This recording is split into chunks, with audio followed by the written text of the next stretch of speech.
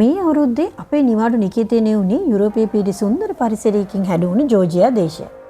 අපි මේ ජෝර්ජියා සංචාරයේ දවස් 8ක් ඇතුළත නගරවල් 8ක සුන්දරත්වය විඳගත්තා. ඉතින් අද අපි මේ වීඩියෝ එකකින් ඔයාලට අරගෙන එන්නේ ජෝර්ජියාවේ හදවත එහෙම නැත්නම් අගනුවර වන ටිබ්ලිසි නගර සංචාරයේ අපි ලැබපු අපූර්ව අත්දැකීම්. මේ සංචාරයේදී අපේ නවාතැන් පෙළ විදියට අපි තෝරගත්තේ හොටෙල් 21 කියන ලස්සන පරිසරයකින් හැදුණු නවාතැන් පෙළයි.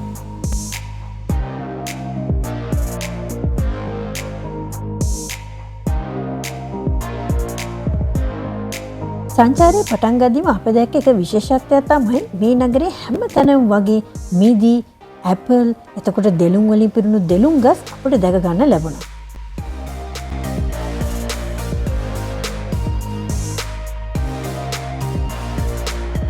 ටිබ්ලිසි නගරේ නවීන පන්නේද හදපු බ්‍රිජ් එකක් තමයි බ්‍රිජ් ඔෆ් පීස් කියන්නේ. මේ පාලම ඉතිහාසයත් අනාගතයත් යා කරන පාලමක් විදිහටයි ජෝර්ජියා මිනිස්සු හඳුන්වන්නේ. පාලම යටින් ගලාගෙන යන මේ අපූරු කුරා ගඟ රටවල් 3ක් හරහා ගලාගෙන යන ගඟක්. තුර්කි දේශයෙන් පටන් අරගෙන ජෝර්ජියා දේශය හරහා අසර්බයිජාන් වලට තමයි මේ ගඟ ගලාගෙන යන්නේ.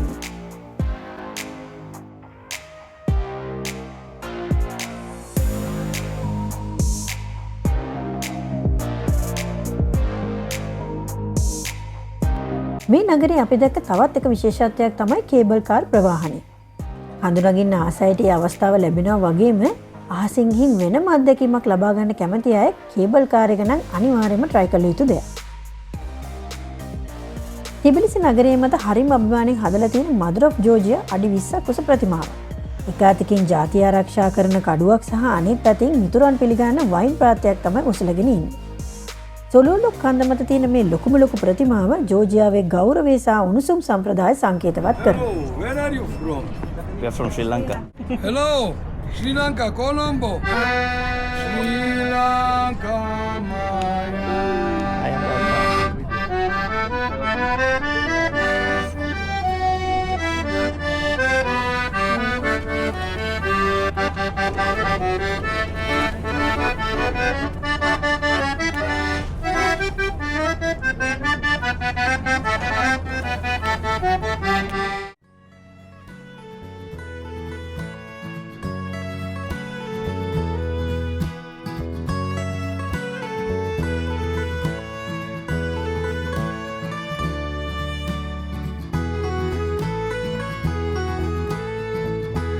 අවුරුදු 1500කට වඩා පරණ මේ නගරේ නිර්මාත විදියට හඳුන්වන්නේ පස්වන සියවසේ වාක්තන් ගොර්ගාසලි රජතුමා.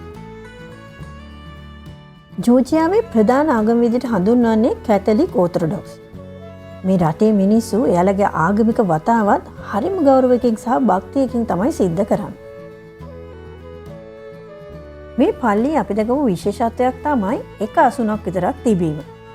දේව ගෘහයේ දෙවියන් පමණක් ඉඳගත යුතු බවයි ජෝර්ජියන් මිනිසුන්ගේ මතය.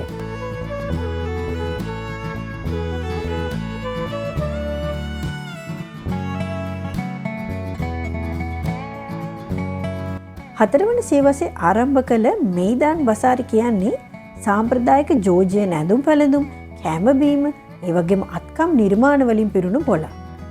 ඉතින් හතරවන සියවසේ ඉඳන්ම අද දක්වාම නොනවත්වාම මේ පොළ කරගෙන යනවා.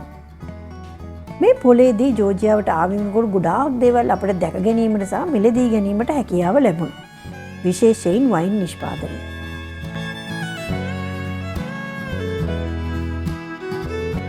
ජෝර්ජියන් මිනිස්සු ඉතිහාසයේ ඉඳලා පාවිච්චි කරපු විවිධාකාර සංගීත භාණ්ඩ, එතකොට ඒගොල්ලන්ගේ ඇඳුම් පැළඳුම්, ඒගොල්ලන්ටම ආවේනිකුණු විවිධාකාර භාණ්ඩ මේ පොළ ඇතුළේදී අපිට දැක ගන්න හම්බ වෙනවා.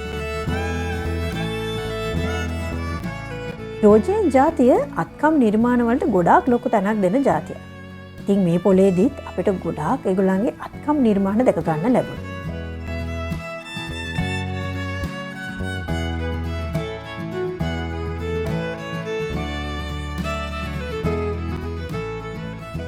මේ පොළේදී අපිට වයින් විතරක් නෙමෙයි මේ රටේ ප්‍රසිද්ධ වයින් අයිස්ක්‍රීම් පවා try කරන්න අවස්ථාව ලැබුණා. මෙහිදී අපි තව දැක්ක විශේෂත්වයක් තමයි ජෝර්ජියන් ජාතිය සුරතල් සතුන්ට ඉතාම ආදරණීය වගේම කරුණාවන්ත ජාතියක්. විශේෂයෙන් බල්ලොන්ට. ඉතින් මෙහිදී ඔයගලන්ට හැමතැනම වගේ බල්ලොංග දැක ගන්න පුළුවන් වෙනවා.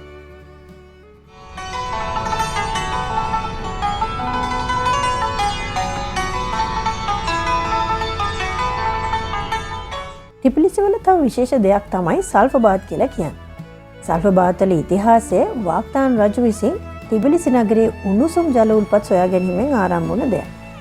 ටිබිලිසි කියන වචනේ තේරුමත් ටිපිලි කියන වචනෙන් කැරිලා ආපු උණුසුම් කියන අර්ථ දෙන වචනය.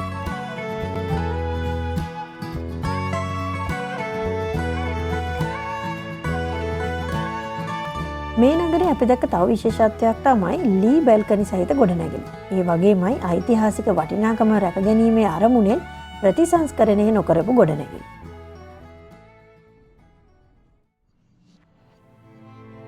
ජෝර්ජියාවේදී අනිවාර්යයෙන්ම රස බල යුතු කෑම දෙකක් තමයි කීන්කාලි කචපූරි කියන්නේ.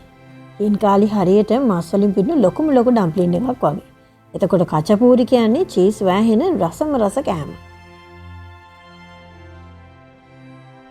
1994 ඉඳලා 2004 දක්වා යන කාල පරිච්ඡේදය තුල නිර්මාණය කරන ලද හෝලි ට්‍රිනිටි කැතඩ්‍රල් කියන්නේ ලෝකයේ ලොකුම ආගමික ස්ථාන වලින් එකක්. ඒ වගේම තමයි ලෝකයේ තුන්වෙනි උසම ඕර්තොඩොක්ස් කැතඩ්‍රල් එක. ඉතින් මේ පල්ලිවල ගෘහ නිර්මාණ ශිල්පය නම් ඉතාම විශිෂ්ට විදිහට තමයි නිර්මාණය කරලා තියෙන්නේ.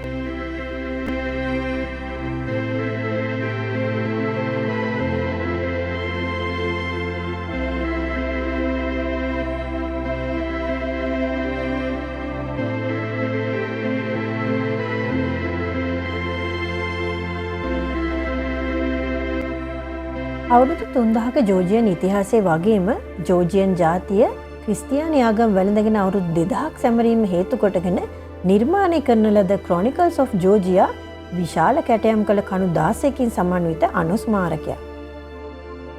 ලස්සන වටපිටාවක් පිට මේ ස්ථානය ඉර බහින සහ නගින දසුන ඉතාමත් අලංකාරව දැක ගන්න පුළුවන්.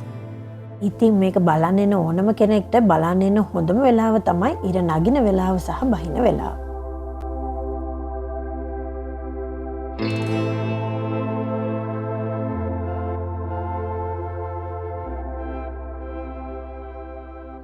ඔබ දහමින් ලැබුණු දායාද ඉතාම අපූර්ව විදිහට නවීකරණය කරමින් සාදන ලද මේ පාර්ක් එක විනෝදාත්මක අත්දැකීම් රැසක් එකට එකතු වුණු ස්ථානයක්.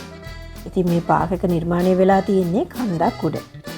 කන්ද උඩට කෝච්චියෙන් යන මේ ගමනත් හරිම විනෝදාත්මකයි.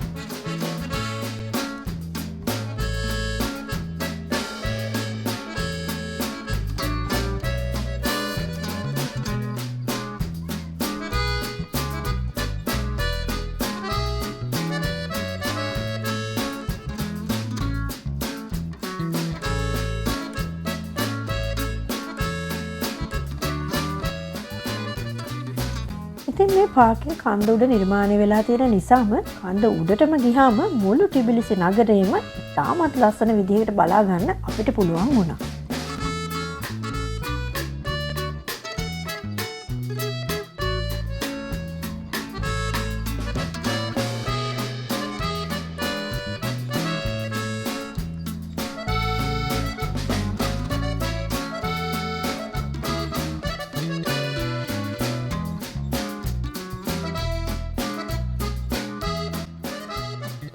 මේ නගරේ අපි දැක්ක තවත් විශේෂ දෙයක් තමයි ස්ට්‍රීට් ආර්ට්ස් කියන්නේ.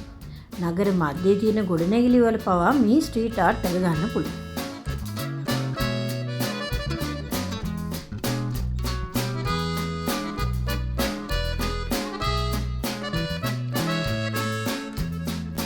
තමන්ගේ හැකියාව ජීවන උපාය කරගෙන ඉතාම සරලව කලාවත් විඳින ස්ට්‍රීට් ආර්ටිස්ට්ලා මේ ටිබිලිසි නගරේ පුරාම දකින්න පුළුවන් සාමාන්‍ය දර්ශනය.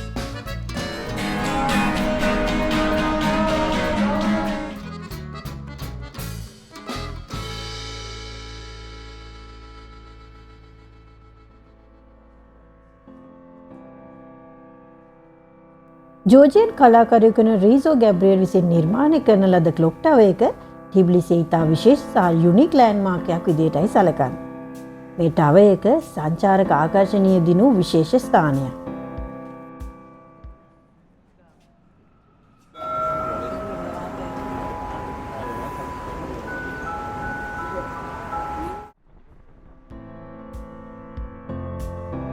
ටිබිලිසි නගරය ඉතාමත් සරල විනෝදාත්මක අත්දැකීම් රැසක් තියෙන නගරය. තම ඉතිහාසයට හානියක් නොකර ඒවත් ආරක්ෂා කරමින් නවීන දෙයක් හදා බලන නගරයක් විදිහටයි අපිට දැනුනේ.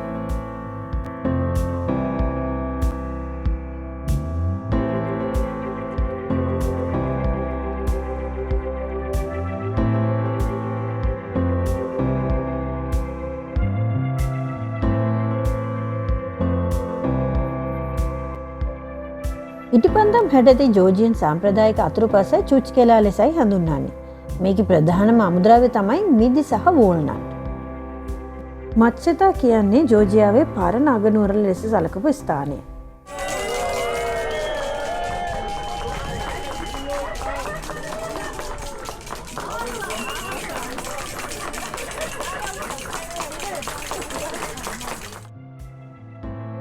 ඔන්න ඉතින් මේ ගමනේදී අපි නොහිතු විදිහට ජෝර්ජියන් වෙඩින් සෙරමනියකට සහභාගී වෙන්නත් අවස්ථාව ලැබුණා.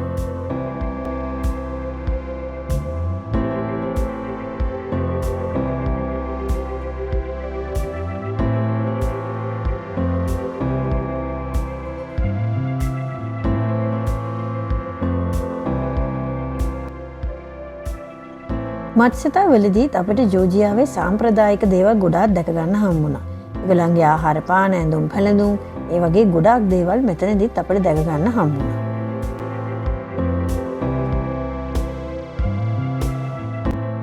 මත්ස්‍යතා වල තියෙන මේ ස්වෙටේස්කොවලි කැතීඩ්‍රල් එක යුනෙස්කෝ සංවිධානයේ විසින් ලෝක උරුමයක් ලෙස නම් කරපු කැතීඩ්‍රල් එකක්.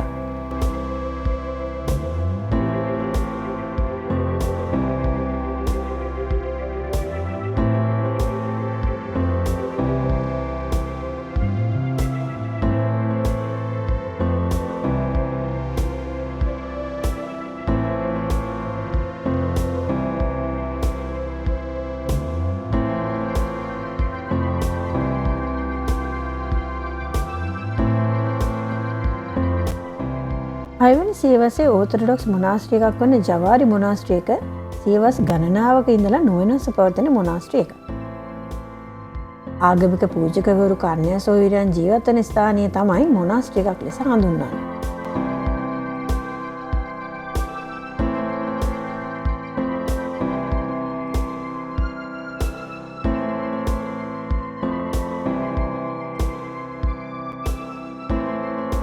ටිබිලිසි නගරයෙන් සමුගත් අපි සිංනාලය ඇතුළු තවත් අපූරු නගර ගැන විස්තර අරගෙන ඊළඟ වීඩියෝයෙන් හමු වෙමු.